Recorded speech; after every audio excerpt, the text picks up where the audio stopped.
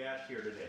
Today we're at Rangsit University Okay. here in Pathumthani, which is just about 25 kilometers north of Bangkok. Okay. So we're in the suburbs of Bangkok. It's a private university. It's a private university. I've been here for about 29, 30 years now. So we're a relatively young university in Thailand. How many students are at the university? Right now we have about 32,000. So in the range of Thailand, that's a mid-range level of students. So. And what, I know you're from America. What is your name and what is your title here? I am from America. I'm originally from the Washington D.C. area. My name's Jeffrey Wallington, and I'm the Director of International Affairs. Okay. So I've been in Thailand for about 4 years now. Okay, so in a kind of a general sense, tell me how many colleges you have here. What's the kind of expansion rate? And is this a growing business here in Thailand, universities? Well, the expansion rate, we have seen a lot of universities pop up in the last 20 years. Although we're not, it's really plateaued, both the opening of new schools and the enrollment. Rangsit University was the leader in enrollment in the number of students, I think 6 years in a row for private universities. Across Thailand. Across Thailand. And it's a growing concern for a lot of schools. We've done really well so far, so we're happy about that. But for a lot of schools, they're having to cut back. And that's for no other reason than the population.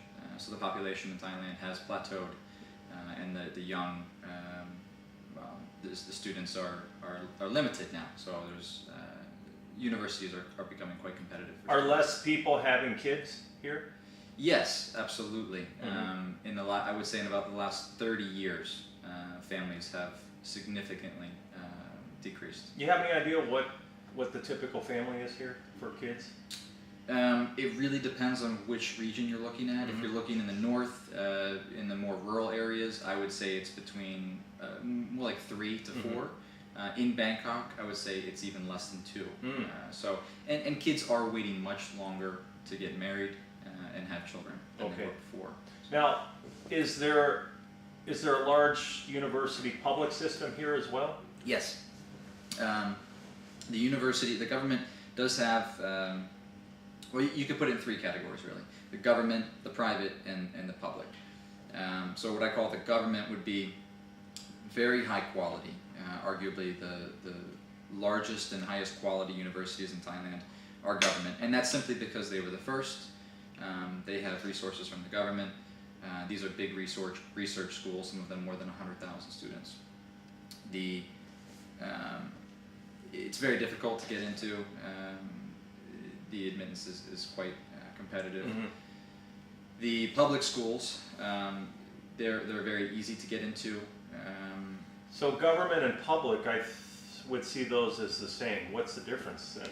The government schools don't allow everybody to come in. Okay. So it's highly competitive. Okay. Very rigorous curriculums. Public schools, they accept most all students. But both are funded by the government. Both are funded by the government. Yes. Okay. So, and then there's private. What percentage is the market here private? That's a good question. I would say about 20 to 30% are private schools, and the tuition there is a significant difference. So overall in Thailand, the tuition is about $5,000 for the entire degree on the low end, and the high end we're looking at about I would say about 15 to 16,000 for the whole degree. For the whole degree. At your school. Well, that's a range. That's a good range of Thailand in general. And for private schools. For private schools, it really depends on if it's Thai curriculum or English curriculum. So, and the difference is about threefold. So our 100% English curriculums, those students are paying about 2.5, almost 3 times more to study English. So if it was 10,000 for the whole thing, it's now 30,000. Right. So our international programs are about 15 to 16,000 US dollars per year or per